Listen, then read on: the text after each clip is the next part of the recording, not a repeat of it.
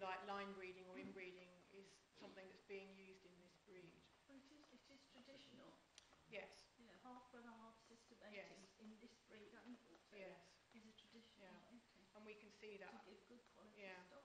I believe the Kennel Club has decided that they won't register such close mating. Is that right? They register those. Yeah. It's full brother, full sister. Right, okay. Well, that's exactly what you're seeing. It's these half brother, half sister, or where you've got grandparents in common. Yeah. We've always done it. Yeah.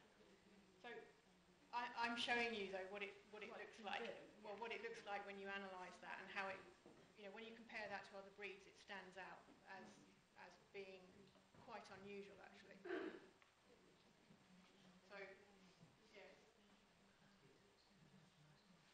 So from that increase in inbreeding, that rate of inbreeding, we can calculate what the effective population size of the breed actually is. So here I've got Mini Bull Terrier at the top. So the inbreeding rate is about 1.1% per generation, and that equates to an effective population size of about 48 individuals who are basically contributing genetically to population.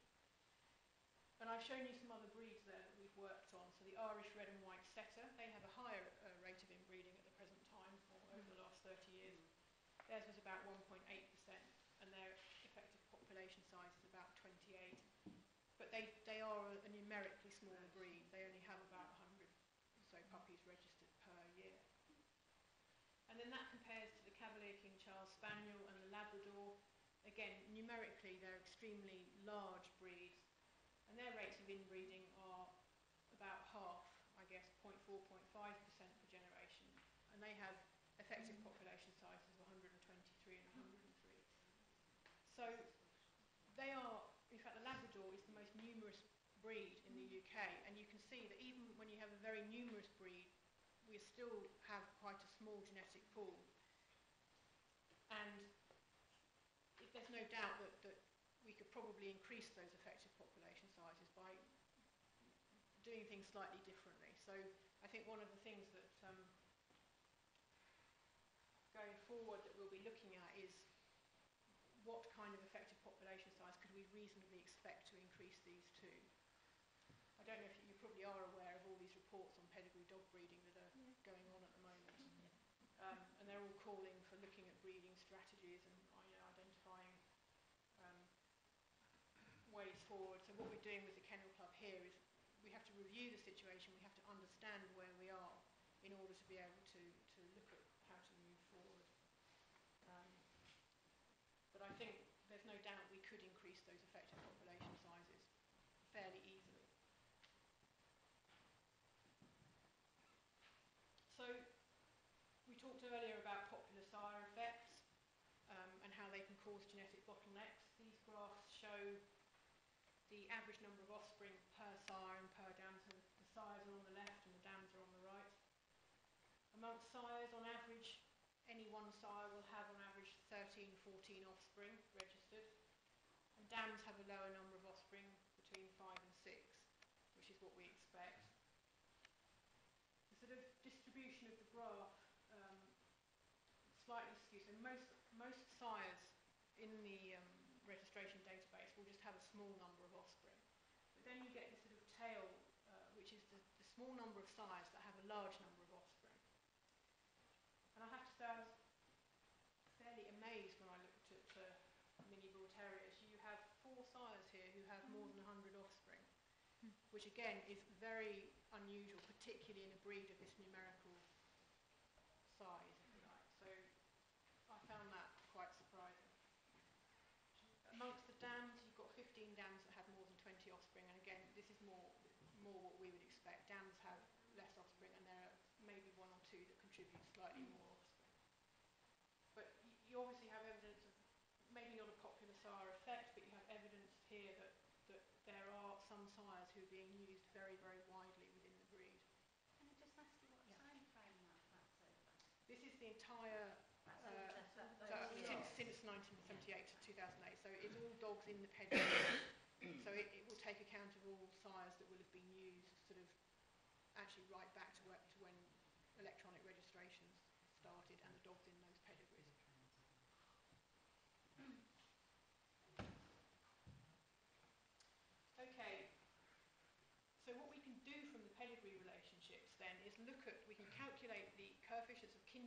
between every individual, every pairs of individuals right across the population, and look at how closely or distantly related they are to each other. This is a plot. So it's like a map. So each dot on this map is an individual dog. They're actually mini bull terriers born between 2006 and 2008. About 700 and something dogs, 720 dogs on here, something like that. And it's exactly like looking at a map. The closer two dots are together, the more closely related they are, and the further apart they are, the more distantly related they are. And again, something that really struck me quite forcibly when I looked at this compared to other breeds is that the population appears to be divided into two parts. You have a cluster on the left and a cluster on the right. So this suggests to me you've got two giant families, if you like, within the breed that possibly don't mix much. Would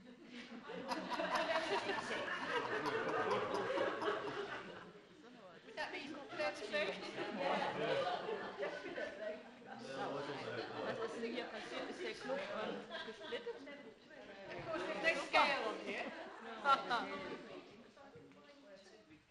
There's no scale on here, so you know we don't know whether we're looking at Die Rechten hauen ganz schön ab, mein London and Newcastle or London and Edinburgh or whatever. But nevertheless, you see these two distinct clusters, which I found very interesting. You see some of the dots are sort of very close together, almost overlying each other, and those will be family clusters or where you've got possibly highly inbred dogs from the same family lines. In terms of what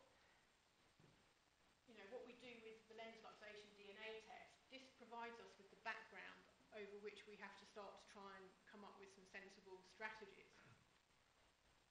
And I think one of the things we could do for you is look at where your carriers and your affected dogs lie on this map, because clearly if one of, let's say this small cluster down on the left-hand side, if they were all your clear dogs, we don't just want to wipe out everybody else and just breed from that cluster, because we're going to be just losing diversity from the rest of the genome if we do that. So what we'd like to know is, where are the carriers, where are the clear dogs on this map? And it's possible that we could identify, for example, carriers that were genetically valuable because they represented rarer lines or were diverse. So if we've got clear dogs that are distributed right through the map, then yes, we'll use those clear dogs, and we'll use as many as we can right through that map so that we maintain the full spectrum of diversity. And it might be that some carriers are more valuable than others because they represent areas of that map that we need to keep moving forward and keep propagating to the next generation. So